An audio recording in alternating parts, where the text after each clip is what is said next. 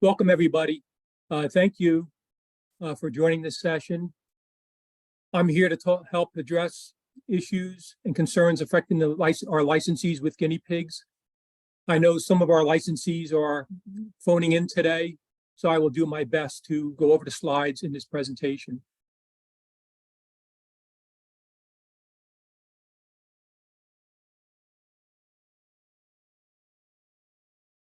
So I plan to cover a few statistics that help summarize the current state, including going over the guinea pig market, inspection numbers, non-compliant items, and cancellation numbers.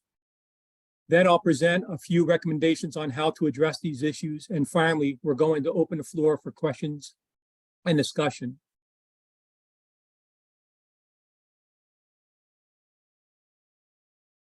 So from this graph, you could see from the current guinea pig market, there's been low demand for guinea pigs since June of 21. And there's been low prices for weanling guinea pigs, which are now going between $5 and $10. At the same time, we've had increased feed costs that have nearly doubled in the last 3 years and increased fuel cost.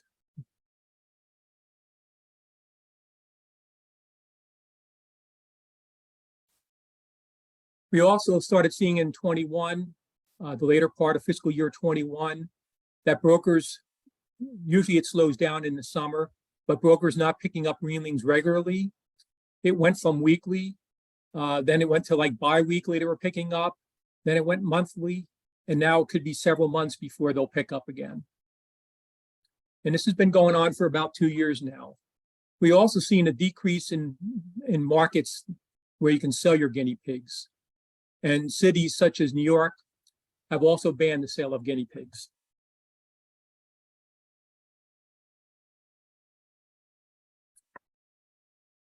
In the spring of 23, New York City was a major city. I think 4 of its 5 boroughs banned the sale of guinea pigs.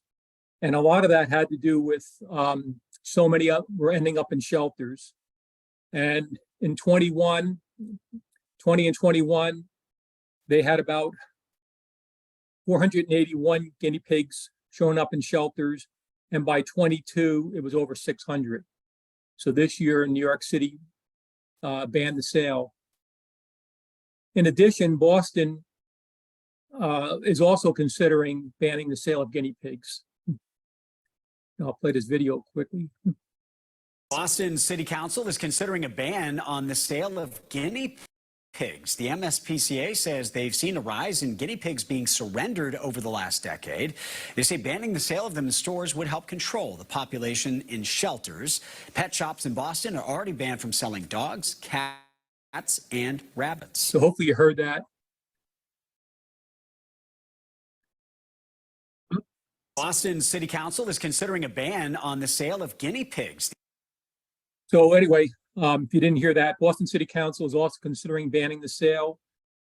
Edinburgh, Massachusetts, which is a large city south of Boston, already banned the sale of guinea pigs in October of 22. And 10 other cities in Massachusetts have also banned or limited the sale of certain animals. So there's been low demand for guinea pigs since June of 21. And you can see from these graphs, in 21, the average price for a weanling guinea pig, which is usually about 2.5 to 4 weeks of age, most of them are going for $10 or $15 a piece. In 22, that price went down to $5, and the high end would be $10. And we've seen that price again, with a lot of breeders only getting $5 or $6 a piece in 23, maybe a high of $10 for some breeders, depending on their broker. So going over some inspection statistics from fiscal year 22, we did 202 unannounced inspections. This does not include pre-licenses or relicenses, which are announced inspections. But out of those 202 unannounced inspections, 169,971 guinea pigs were inspected. And 72 had clean inspections. That means there were no NCIs. And 130 of those inspections, including at least one NCI.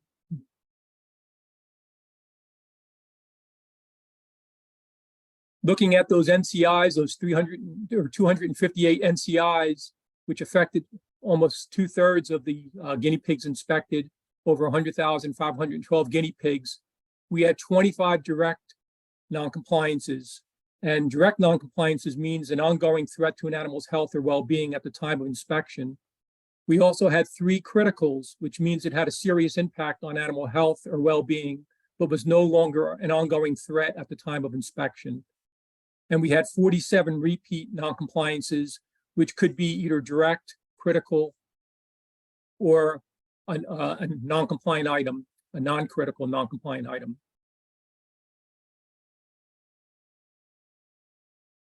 And looking at this chart, just looking at the directs and criticals, majority of the directs were vet care. There was almost 20 directs on vet care, and then you could see the breakdown for cleaning, ventilation, watering.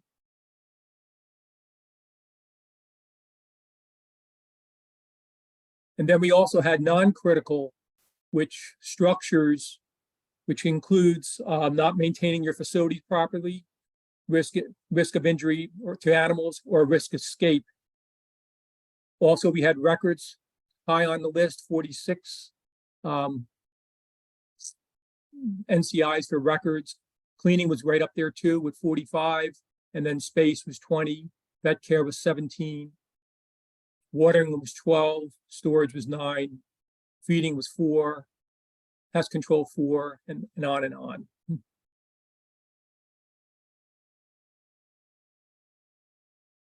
Looking at fiscal year 23 inspection statistics, which included all the way up to August 30th of 2023.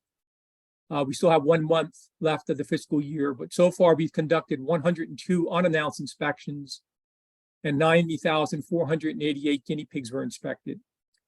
37 of these were clean inspections where no NCI was documented, and 65 had at least 1 NCI.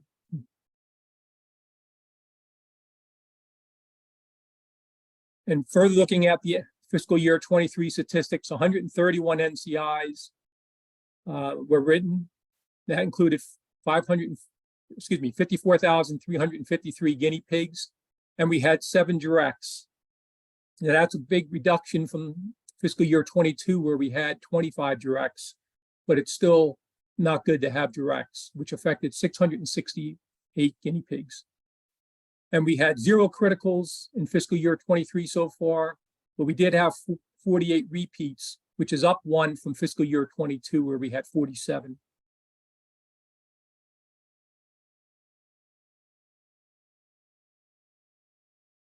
Looking at those directs, the 7 NCIs that were written for directs, 4 of those involved vet care, 2 for cleaning, and 1 for heating.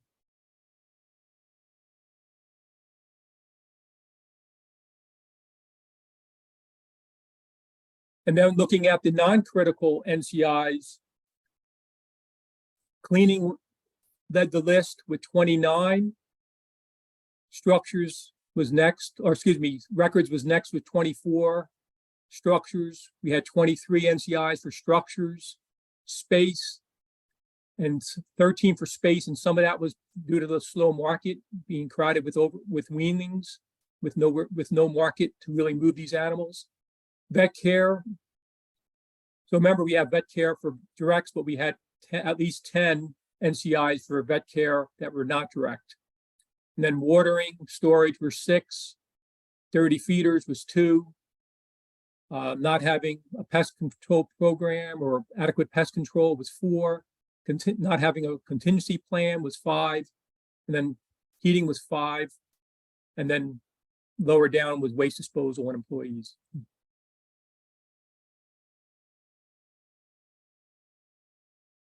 So looking at cancellations,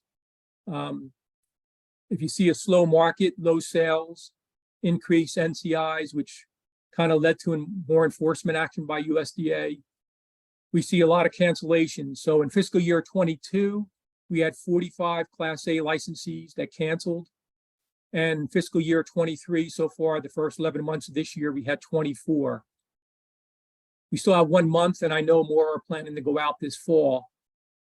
We had 4 cancellations in the later part of fiscal year 21. Remember, I mentioned earlier about June, the market really went slow. The price went way down to about $5 or $6 for a lot of the breeders. So with those prices, they couldn't continue to stay in business. So we had 4 in fiscal year 21. But since fiscal year 21, we had 73 of 136 total Class A guinea pig breeders went out of business.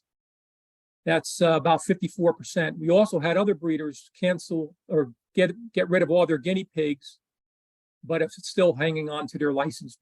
Most of those are because they have a 3-year license, so they're not sure what to do, but for now they just held on to their license. E. caliculi has also paid a big price with the market.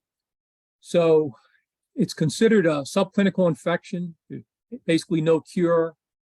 There's been some screening tests done, mostly with serology, blood test. And the recommendation is to clean and sanitize. But E. caliculi is classified as a microsporidia. It's a fungus found in the environment. It is diagnosed primarily in rabbits. The problem is that guinea pigs can have subclinical infection, meaning they usually don't show signs, but are able to infect other animals through urine. It can also be passed on from pregnant guinea pigs to their babies. There is no cure for the infection, so treatments are limited to supportive care. Screening tests can help identify infections and prevent the spread to other groups of animals being brought together. But if your animals test positive, you need to work with your veterinarian and supplier to figure out the next steps. This has become a big welfare issue in the last 2 years, what to do with all these positive animals. A lot of the ones who had positive animals have had to go out of business because no broker would pick them up.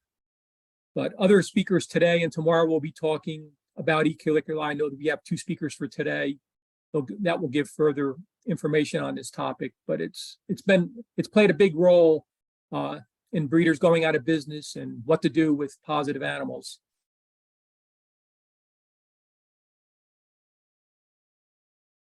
So some recommendations would be for brokers to communicate with your breeders.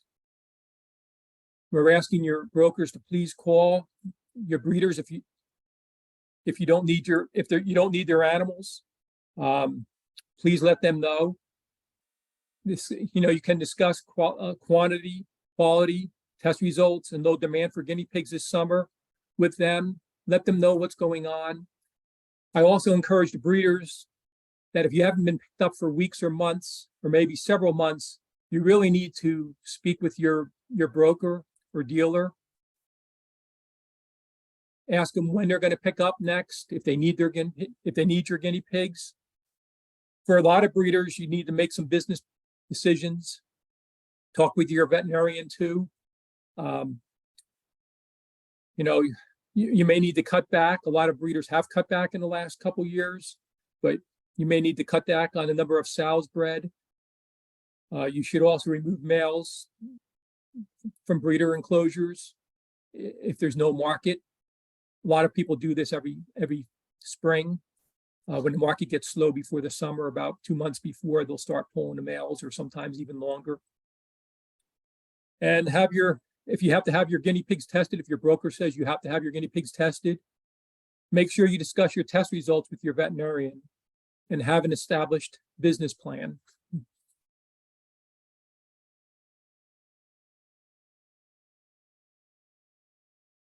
The other strong recommendations would be to clean and sanitize and housekeeping, clean and remove bedding regularly, clean room surfaces, racks, walls, floors, windows, shelves, sanitize enclosures, water and food receptacles, drain lines at least once every 2 weeks.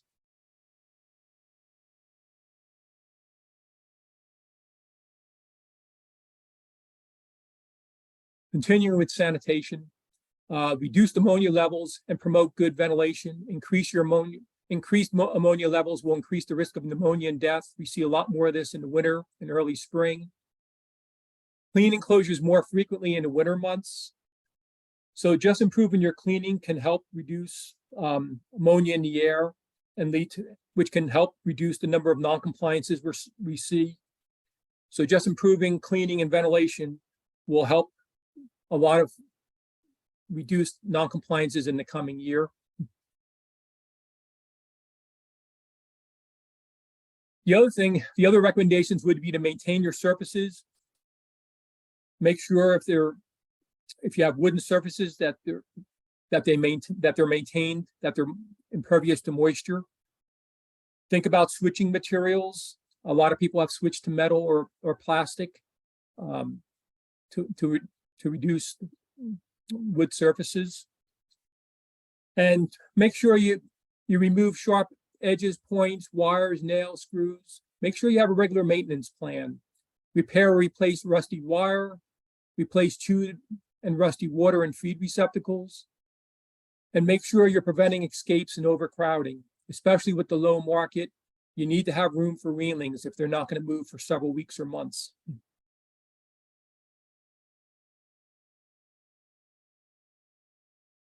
I know our next speaker will be talking more about observations, but make sure you observe your animals daily and communicate with your veterinarian. Guinea pigs are prey species, so they may hide their symptoms. They may be reluctant to move. So look for signs that they're not moving well or reluctant to move. If you see hair loss, lumps, and bumps, make sure you're following your program of veterinary care. And make sure you're looking at their eyes, nose, and ears. Look for any problems with labored or difficult breathing. And watch for bites, scratches, ear chewing, and other wounds. I know a lot of the brokers will not buy weanlings if they have chewed ears or if they have any veterinary care issues, especially ringworm. In the photo, you can see a young guinea pig with its eye closed. It's important that you follow your vet program. If there's not specific instructions what to do for eye issues, make sure you're on the phone with your attending vet. Schedule a visit with your attending vet. But it's very important that you observe your animals, hopefully before USDA goes out and does an inspection, that you're really following. This has been a difficult 2 years for breeders, but for the 46% that are still in business, please maintain your facilities. We've seen a lot of non-compliances in the last couple of years. We really don't want to see repeats and criticals and directs, especially directs. The more criticals, directs, and repeats, it can lead to enforcement actions, which can include fines.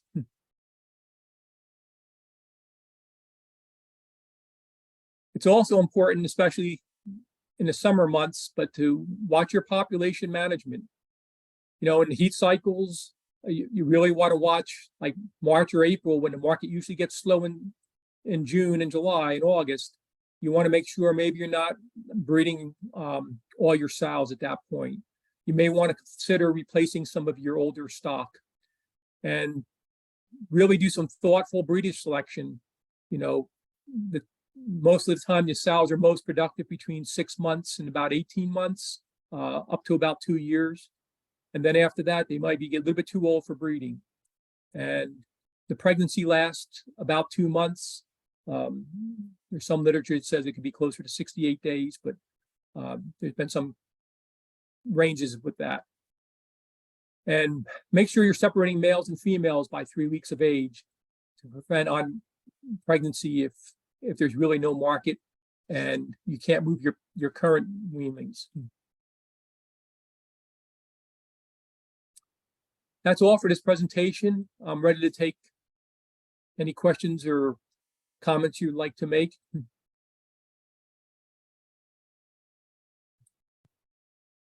All right, if you guys have any questions for Bob, please put them in the Q&A section and we will ask them.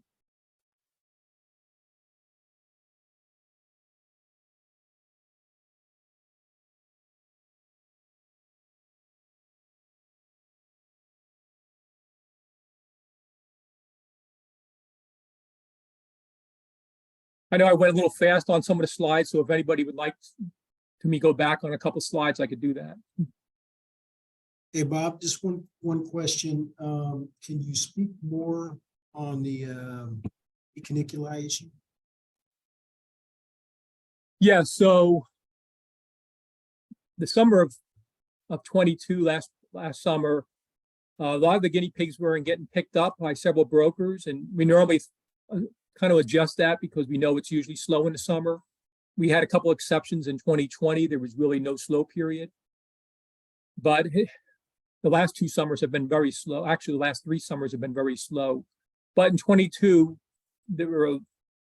last summer, there were several breeders that weren't being picked up for 5 or 6 weeks, and they were not getting calls from their brokers. We reached out to the brokers and asked them to please call their breeders. One of the licensees found out in August of 22 that the reason they weren't picking up, one was the market, the slow market, but also that they did not want animals that had E. colliculi. So this one breeder went ahead and had 10 of his tested, which turned out to be negative. And then the broker says, well, why did you only test 10? So he says, well, I didn't know how many to test. So they said, we want at least 20. So this licensee called as many people as he knew and says, you need to have your guinea pigs tested if you're selling to this particular broker. And so most of the other breeders started having their guinea pigs tested in the fall of 22. Unfortunately, majority of those tested positive. And so the broker would not pick up from any person that tested positive. So if they had 20 tested, there were several that only had 1 positive out of 20. Since then, other brokers were requiring the testing, and some of them wanted 1 animal tested in each herd, each enclosure. So there was an uncertainty who was going to pay for all this testing.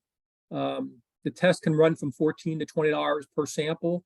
So by the time you had like 20 guinea pigs tested, it was, with the vet's time, you were looking at about $540.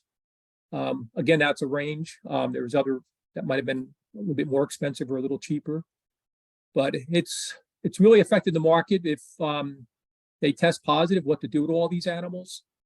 So it's kind of a continuing discussion. And I know this afternoon we'll have further information on the research that's been going on, not just from the positive serology test, which is a blood sample that most of them had, but trying to isolate it in the urine, which Dr. Ritchie will be talking about this afternoon, to get more information about the E. colliculi, because it's normally associated in rabbits. It's found in a lot of other species, but there is a concern that, that there could be some human cases if this continues. So the brokers are concerned that they don't want, these numbers getting high. So yeah, most breeders have had to have their stock tested. Okay, thanks, Bob. Next question. What is an NCI, and could you expand on that, please? So I guess I could go back. So we had in a blue book that Kathy Campitelli or Dr. Campitelli mentioned earlier, we followed a lot of the regulations are in the standards. So an NCI is a non-compliant item. We will cite the section number in the standard. So for guinea pigs, they're in part 3, section B. So we would cite anything that's not in compliance with the section. So going back on slide 14, you could see some of the different non-compliances, and these are all would be part of the section part B and for the guinea pigs. So these are normal write-ups for these type of incidences. So inadequate cleaning, as I mentioned earlier, inadequate cleaning was led the statistics in fiscal year 23 with 29. So it could mean that they're not removing the bedding properly. It could mean that there's a lot of crud on the sides and floor. So if you move the bedding away, they're just not doing a very good job of cleaning the pens. They might just be removing bedding and leaving the dirt behind. And structures would mean that there could be possible escapes. Hopefully they're not allowing pests to come into the building, but It could be that there's a broken window or the door frame is not tight enough along the bottom. There may not be any pest control now, but you want to make sure no other pests are coming into the building. A lot of record keeping. We normally have breeders keep records. They normally keep like a calendar, and they need to keep that updated. So if there's any deaths, they put it down. If it's an adult, they'll mark down how many deaths that day. And we use that to help track what's going on at the facility. They should be doing at least a weekly count of how many adults they have, how many weanlings, and how many newborns. And they should also have records of their sales. So when some of the breeders started losing interest, when the price went down and the market's slow and the broker's not picking up, we really seen a lot more NCIs in the last couple of years, which is unfortunate because some of it is they've just kind of lost interest. And so we're hoping this webinar today and tomorrow will help let these breeders know you really have to maintain your facility if you're going to keep that license. Okay, thanks, Bob. Next question, is there a food market for guinea pigs? We don't regulate that, but yes, some breeders have got rid of them through auctions. And there are some South Americans that will buy guinea pigs for food, especially if they're from countries that are normally associate guinea pigs like we might for chicken. So yes, but we don't regulate that part. But if our breeders or licensees are selling that any of their old stock that way, they need to keep records on who, the name and address and the date and how many animals they sold to this person. Okay, thank you. Next question. E. caniculi is generally considered a subclinical disease in guinea pigs with rare reports of clinical disease. What is the rationale for brokers refusing E. caniculi seropositive animals? Perhaps this will be discussed this afternoon. So the brokers have suppliers, and the suppliers, one of the major suppliers was very concerned that they were tracking this for the last 10 years. And they just started to see a little bit of a blimp. So about 2021, they saw about a 10 or 15% of the guinea pigs were showing signs of or testing positive to a blood test from a serology blood test to E. caniculi. That's an antibody test, so it means that somewhere these animals may have been exposed. So at this point, there's not a lot of research on guinea pigs, but most of these are being tested by a blood sample, and it's just showing that they have a positive antibody. There was concern by one of these major buyers that if we let this continue, the numbers could increase. Instead of being 10, 15%, it can increase.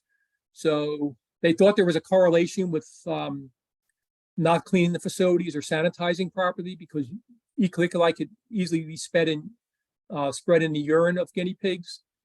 So they're just afraid that someone who is immune compromised could get sick, and they're afraid of lawsuits. So it's kind of what caused a lot of this concern. But it is much higher in rabbits. It's Dr. Ritchie will talk about it this afternoon, about it being much higher in other species. It's definitely much higher at this point in dogs and cats. But people don't usually sue people because of their dogs and cats, unless it bites somebody or something like that. But some of these pet stores and brokers are just concerned that there would be a lawsuit from this. Okay, thank you.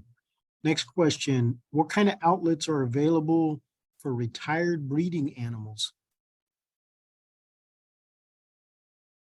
That's a difficult situation right now.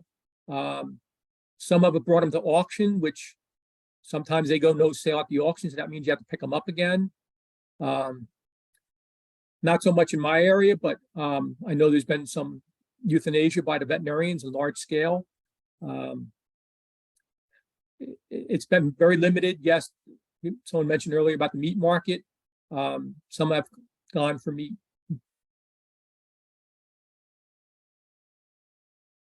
Okay, thank you. Next question. I am not involved with guinea pigs at this time. However, I have been an owner. I was never informed that guinea pigs do better in pairs. How can this be better communicated to potential buyers? Well, I know some of the major chains, they try to only have males or females in the stores because they don't want people buying a guinea pig and it's suddenly pregnant. We encourage the breeders to separate the weanlings by sex, so they're not going out pregnant. And the brokers make sure that when they pick them up, they really don't want to be having males and females. Unless you're interested as your pet owner, unless you're interested in breeding, it's okay to have two males together or more, as long as there's no females close by. If they see other females close by, they may start fighting, even though there's no female in their pen. You can successfully raise females together. I mean, most of the breeders will have anywhere from 6 to 10 females with one male in an enclosure with their young. Okay, thank you, Bob. I'm not showing any more questions. Again, if you have a question, put it in the Q&A and we'll answer it. Well, thank you all for attending.